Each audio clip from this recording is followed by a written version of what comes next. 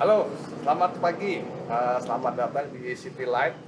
Hari ini saya Christopher. Kita ingin berbagi sharing aja tentang tahapan dalam menjalin hubungan atau relationship step.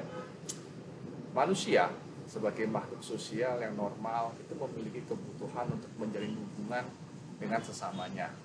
Sebagai makhluk ciptaan Tuhan yang paling sempurna di dunia, manusianya itu memiliki otak yang dibagi jadi otak kiri yang berfungsi untuk berpikir secara logika atau kita bisa sebut dengan IQ, dan otak kanan yang menggunakan emosi atau EQ. Selain itu, kita juga memiliki bagian dalam otak yang bernama hipotalamus yang merupakan area kecil yang terletak di bagian tengah-tengah otak, di kelenjar pituitari dan talamus.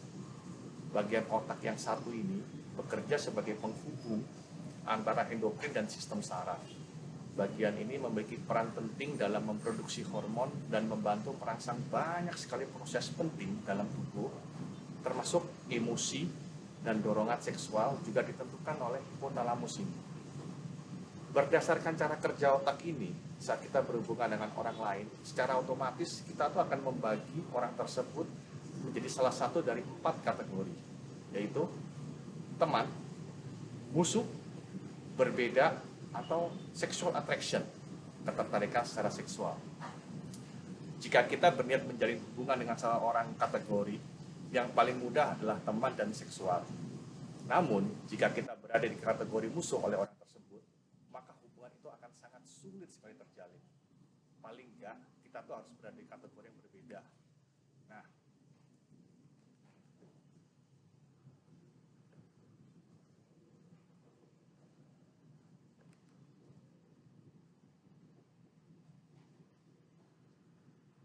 jika kita memperhatikan dalam setiap perkumpulan sosial seperti gereja, kantor, dan lain-lain, orang itu cenderung berkumpul dengan orang yang memiliki persamaan, baik dalam minat, hobi, profesi, dan sebagainya.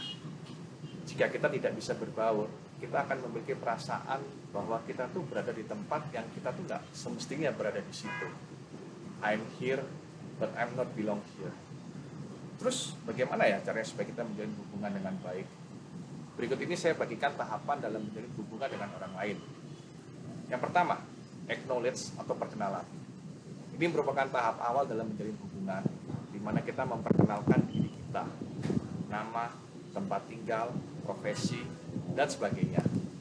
Kedua, understand atau mengerti. Lalu melalui komunikasi yang sudah mulai dalam, kita mulai mengerti apa yang dilakukan oleh orang tersebut dan mengapa dia melakukan hal-hal tersebut.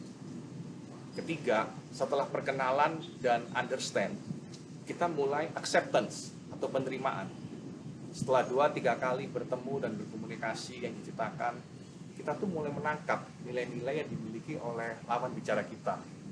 Dalam tahap ini bisa jadi nilai-nilai tersebut tuh nggak cocok atau bukan nilai-nilai yang kita cari. Yang keempat, atau ada respect atau hormat dan disegani. Jadi kalau fase perkenalan, fase understand, fase penerimaan itunya sudah klop, maka jika dari nilai-nilai yang dibawa orang tersebut itu sesuai dengan nilai-nilai kita, memiliki tingkat pribadi dan kredibilitas yang tinggi, di tahap ini kita mulai menghargai pribadi orang tersebut dan pendapatnya itu akan selalu kita cari. Yang kelima adalah trust atau percaya. Berdasarkan hubungan yang terjalin, kita melihat bahwa orang tersebut konsisten dalam nilai-nilai yang dia ceritakan. Akhirnya, kita akan mempercayai bahwa orang ini melakukan hal yang benar. Jika orang itu adalah salesman, kita akan beli produknya, baik berupa barang atau jasa. Kita percaya bahwa orang ini memiliki nurani dan tidak berniat buruk, bukan sekedar cari keuntungan semata, tapi ingin membantu kita dalam memecahkan masalah yang kita hadapi. Tapi sebaliknya, dalam beberapa kasus, saat kita memutuskan untuk membeli suatu produk, namun tidak dilayani dengan baik oleh penjualnya, kita mungkin tetap beli produk tersebut, tapi kita akan beli dari penjual yang berbeda. Hanya karena kita suka akan suatu produk, belum tentu kita akan membeli produk itu dari salesman tersebut. Nah, tahap terakhir yang paling tinggi adalah bonding, menyatu. Ini adalah tahap tertinggi dalam hubungan. Biasanya itu kita temukan dalam pernikahan atau hubungan keluarga yang harmonis. Tahap hubungan ini memiliki kekuatan yang saling tarik-menarik untuk terus bersama.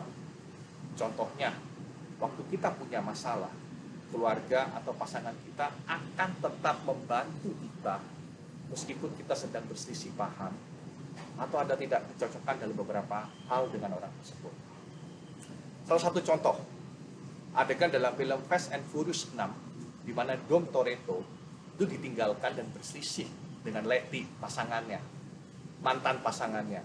Saat ditanya sama temannya, lu ngapain sih Dom, susah payah sih nyari si Letty?